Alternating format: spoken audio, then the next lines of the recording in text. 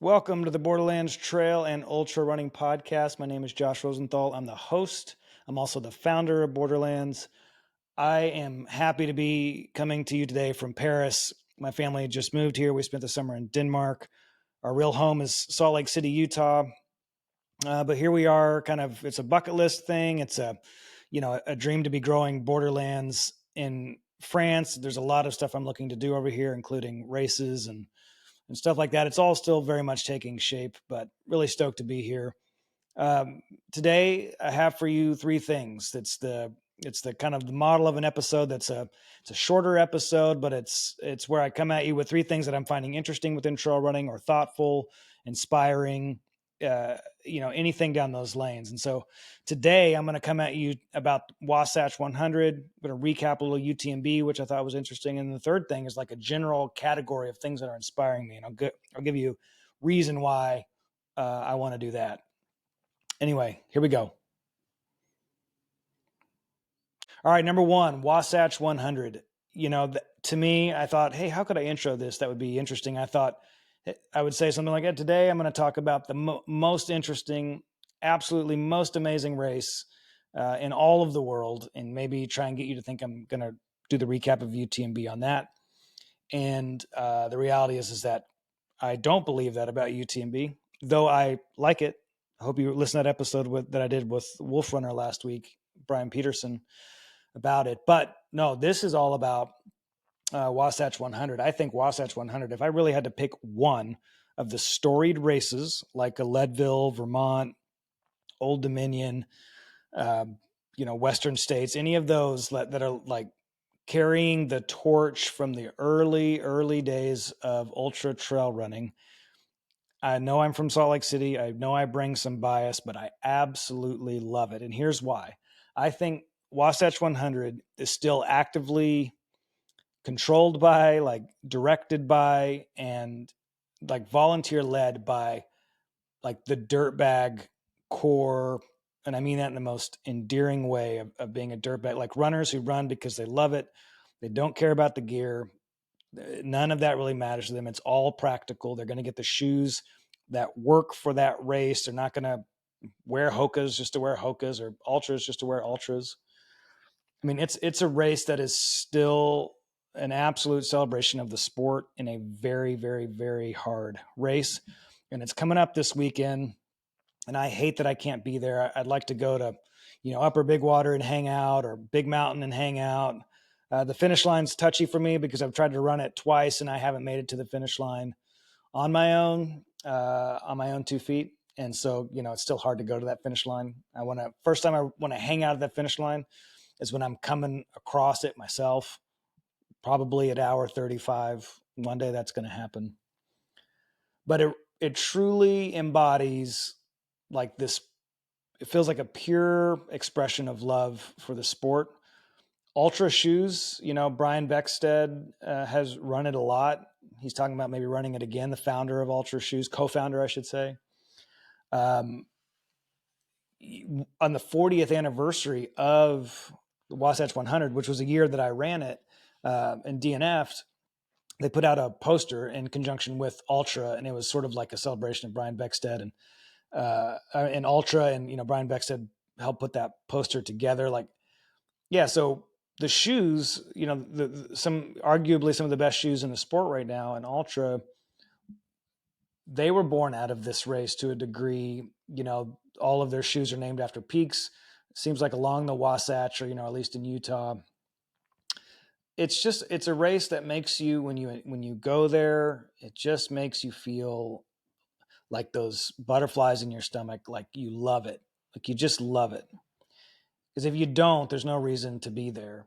There's no swag bag that'll blow your mind. The packet pickup is very unsexy. John, I'll always quote this anytime I talk about Wasatch, that when he introduces at packet pickup, when he introduces the race and he's talking about the course and all that sort of stuff, he opens by saying, I know there's a lot of great runners out there, some elite runners out there, and I'm not going to recognize any of you because this is not a race, and I'm paraphrasing, because this is not a race that it matters how great you are. This isn't a race that is trying to appeal to the most notable in the country. It has a wait list. They do a lottery. Like, it's fine. And so they're just for the runner. And I did I did an episode on Wasatch 100 with Emma that you should listen to, where we really go into depth on just how much we love it. But one thing that I have for you today is the Wasatch 100. Mountain Outpost isn't going to be there. It's not a slam on Mountain Outpost, but it's a compliment to Wasatch of like, hey, we don't care about all that other stuff. And I'm going to make a pick. I only know who's in the. No, actually, I do know in the women's field someone as well. But in the men's, Jimmy Elam, Utah native, I am stoked on him, and I hope that he wins it. Couldn't happen to a better guy. Don't know him personally. I don't know many of the local elites in Salt Lake personally, but I'm, fan number one of all of them. So I think, it's going to be a fun race, and maybe you'll see some updates on it, and maybe you won't. I don't know where you would, unless you were like going to their website and you were trying to figure it out. But I just think it's one of the great races in our sport, one we're celebrating, and one that I hope preserves. I mean, as an entrepreneur, I hope, I wouldn't mind to see them turn it into a multi-million-dollar event. But the runner in me that just loves that it's the celebration of the runner and solely the runner, is really missing out on being there this year. I think it's super cool. Number 2, UTMB. Yeah, the world was paying attention. We did the episode on it last week, A Bad Runner's Take with Brian Peterson. We ran through the things that we loved and that we didn't love, but I think just as a takeaway from this last weekend, Katie Schide, I don't know, is she, will she give Courtney a run for her money in terms of being the greatest? I personally enjoy a race that Katie wins more than a race that Courtney wins. I don't know what it is. I think it's probably, if I'm being honest, that Katie lived in Salt Lake City for a little bit, and I have this weird love of the city that if you ever live there, I will claim you forever. And definitely doing that with Katie. Super cool to see her just absolutely crush that course with a course record that at times she was an hour ahead of the course record. I think she finished 20 to 30 ahead of the course record. And so, someone who's going to finish back of the pack, if I ever run it, I'm going to be cutting that, hitting that 42-hour cutoff, like real close. So to see her do what she did there was a blast. And then on the men's side, I just love, like as a sports fan, I loved seeing all of those guys just blow up because they were going so big and going for it. Like of course I wanted to see an American man on top of the podium. I'm proud of my country. I want to see my countrymen at the top of that podium. And since he didn't win, since Jim didn't win and he blew up, that's fine. Tim Tollefson blew up. Tom Evans, who I also was, hoping to see up there from England. There's plenty of people that I think would have been just great to see win that, when I woke up here in Paris on the morning to see that there was nobody left. Very few names that I recognize. I can't even recall the guy's name who won, which to me, as a fan of the sport in real time, I love that. Like I love I don't even know if it's not even really an underdog story. It's just this sport can crush the full-time athletes, and all of a sudden a guy who's got a full-time job for Hoka can come in and get first place. That's one of the things I genuinely love about this sport.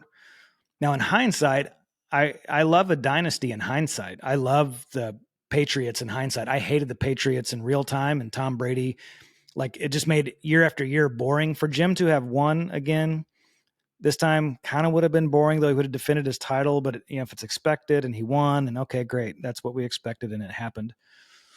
But in real time, I love, and I apologize to the guy, I love a no-name getting the win. In retrospect, I sure would love to see Jim have some more UTMB titles just because I like him. I like him as a runner, obviously. But it was all around. It seemed like an all-around great week, and you had the obvious stuff from the naysayers on the outside, criticizing how much they can't stand UTMB, and then the people who refuse to watch it and protesting against it. And it just, to each his own, I suppose. But to not pay attention to what's happening out there, you know, you missed out, even if it's just the pure celebration of the runners and not worrying about all the other stuff around it. But it's fun. So Katie dominated as expected. And for some reason that didn't feel, you know, the way I was describing Jim just a second ago. It was awesome because she was, you know, going for that. She was racing herself, you know, she was racing Courtney from years past. Like she was going for that course record. And so, man, it was fun. She's just a machine. I don't know. That was fun. And then to see the no name get it, like, to that dude, I'll memorize your name eventually, possibly, but maybe not. I'm happy as a fan of the sport. It's fun to see that. I love that surprise. That made for a great weekend end to the week of the UTMB. All right, number 3 is inspiration, and that's vague and general. But here's the thing: is that I'm a very hard person to inspire. I want to be inspired. I live off of inspiration. And so it's possibly like a law of diminishing returns kind of thing, is that like I'm constantly looking for inspiration. And eventually it just takes a little bit more to make me inspired, and then a little bit more, then a little bit more. And then all of a sudden, you know, wife, 3 kids, we just kind of got to sell everything and go travel around the world for a year to continue to find that inspiration. So it's really hard. I have to be very intentional to find it. And the places that I used to find it, unfortunately, it doesn't do it for me. And when you're an entrepreneur, you know, and when you make your passion your job, it makes it hard to enjoy it the way you used to. That was the way it was for me with coffee. Like I was passionate. I loved coffee. And then we started La Barba Coffee in Salt Lake City. And then it just became my job. Like we were still trying to do interesting stuff, but it just became my job. And so with Borderlands trail running, the stuff that used to just outright inspire me, make me want to go run hard, run fast, run all day, is now stuff that feels like I've checked a box, I've consumed it, and now on we go. So I really sat and think, because Brian Peterson asked me, like, you know, what's the stuff that inspires you? He talks about the stuff that inspires him, and you'll hear about that in, you know, weeks to come on this podcast. But I really had to think, like, gosh, what is inspiring to me in trail running right now? And there are 3 things that I came up with. So this is a 3 things within the 3 things episode. And number 1 is Hayden Hawks. He, in a pre-race interview with somebody, said that he thinks that he's the best, like super confident. That when he's healthy, that he is the best. And I just like that mentality in a sport that feels very opposed to that mentality. It's a mentality that I you know, have to fight against. Like I want to have a mentality like that I'm good. I'm going to go out there. I'm going to crush. I'm going to be the best today. Hayden reminds me of the thing that I often say I want to see in trail running. And that is like some of the 90s shit talking in basketball that was happening in the NBA. Like Michael Jordan would have never been buddies with, well, especially Isaiah Thomas, but not buddies with Charles Barkley or anybody else off the court, even, especially not on the court. We're not going to encourage them. And today, like our version of that, like LeBron, he's buddies on and off the court with people, high-fiving them. They're laughing together. I'm not saying he's not a great competitor, but growing up in the 90s, watching sports, there was just a measure of trash talking or a measure of self-confidence that was off-putting to some degree, but spoke to that person's confidence. And I think Hayden has that. And he's often talked about, like in various interviews over the years, about how he is that competitor and how he does similarly look at, you know, the way that how competitive people are within players are in basketball and other sports. And so with him saying that he's going to be the best, and then he went out and won CCC, like, man, that's just like Babe Ruth calling a shot on some levels. How embarrassing would it be for Babe Ruth to point his bat and then, like, you know, slow roller to first base and gets tagged on the line, compared to, you know, calling a shot and then actually hitting the home run? I mean, Hayden did that this weekend. And to me, like, that gets me pumped. I don't know if it makes me want to go out and go for a run, but it makes me think, man, I want to watch Hayden again. I want to see Hayden go big again, say something, you know, like he's the best when he's healthy, and then go out and I want to watch him win again. Reminds me of Jim Walmsley. What was that? 2016, 2017, 16 maybe, comes out super hot, super arrogant, got humbled, and then got real quiet after that. Good for him. That's fine. It's working for him by and large. But I like that about Hayden. So it got me pumped. The other thing of these three, the next thing I should say, is Billy Yang and Path projects. I think there's a lot of us. When we talk about all the things that got us pumped about trail running over the years, there's certain things like Born to Run that did it. There's Billy Yang videos, or, everybody probably who came in the sport 5 years ago and beyond, maybe 4 years ago and beyond. There's probably a lot who came via Billy Yang's documentaries. And so to see him put out a really cool collaboration with Path, he talked about a few weeks ago how he's going to be doing more with Path going forwards, but just, a shirt that is a Billy Yang design. And there was a Path Billy Yang collaboration a long time ago. Something about this one feels different, feels more significant. He's talking about it more. I think he's more deeply connected to it. And yeah, they're a sponsor of this show, but that's honestly not why it's on here. I just love seeing Billy in the sport as his own brand. He's behind the scenes on a lot of stuff. He's shooting a lot of videos that you're watching and you don't know it's him. That's my understanding. But when it's like Billy Yang doing his thing, being his own brand, out in trail, I miss it. And if highly unlikely that Billy's listening, but if Billy was listening, just, gosh, I know that you're busy, but would you make more documentaries? There's nothing like a Billy Yang monologue, over the why, or any of those awesome documentaries that you've done over the years. So just inspired to see Billy Yang, the brand, out doing something with Path. I got one. It's waiting for me in Salt Lake City. Currently don't have it in Paris. Hopefully someone will ship it to me here. All right. The third thing is a buddy in UK. He's been on the podcast twice. His name's Tommy Lewis. I just get super pumped for him. Like on Instagram, I know followers aren't everything, especially in the algorithm these days. Followers are less and less important, but they're not unimportant. And you just seen him skyrocket in followers because he's putting out such good content. And his content is a good fit for the Borderlands audience because he's clearly fit. He's clearly strong. He's a great runner.